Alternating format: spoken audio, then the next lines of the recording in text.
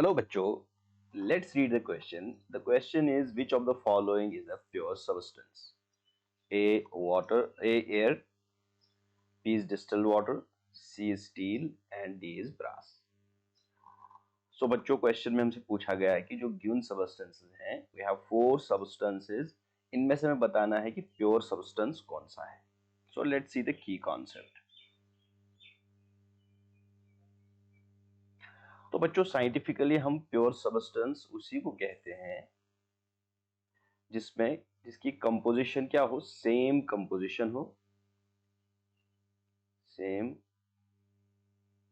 Composition और उनकी properties भी सेम हो, same properties in A given sample of particular substance. ठीक है, जब कंपोजिशन भी एक जैसी होगी थ्रू आउट द सैंपल और उनकी प्रॉपर्टीज भी सेम होंगी throughout the sample, then we say that वो सब्सटेंस क्या है, that's a pure substance.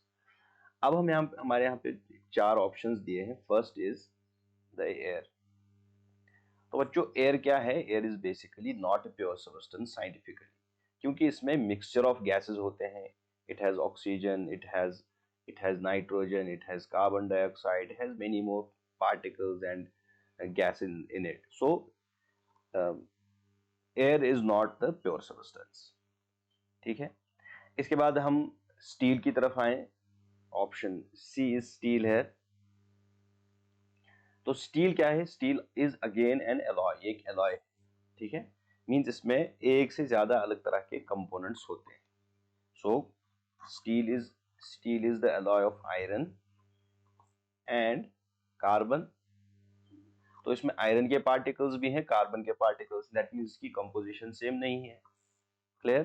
Now talking about D, brass. Brass भी एक एलॉय है. It is the alloy of copper and zinc. इसका मतलब यह है कि इसमें कॉपर के पार्टिकल्स भी हैं और जिंक के पार्टिकल्स भी हैं. So it is not also the pure. तो इसमें जो ऑप्शन बचता है that is the distilled water.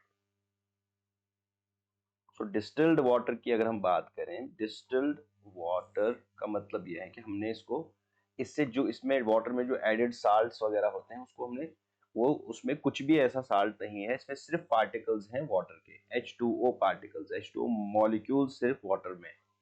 So therefore इस क्वेश्चन का आंसर क्या है? That is the option B is answer, that distilled water is the pure substance among the given options. Clear बच्चों? Hope you understood it well. Best of luck.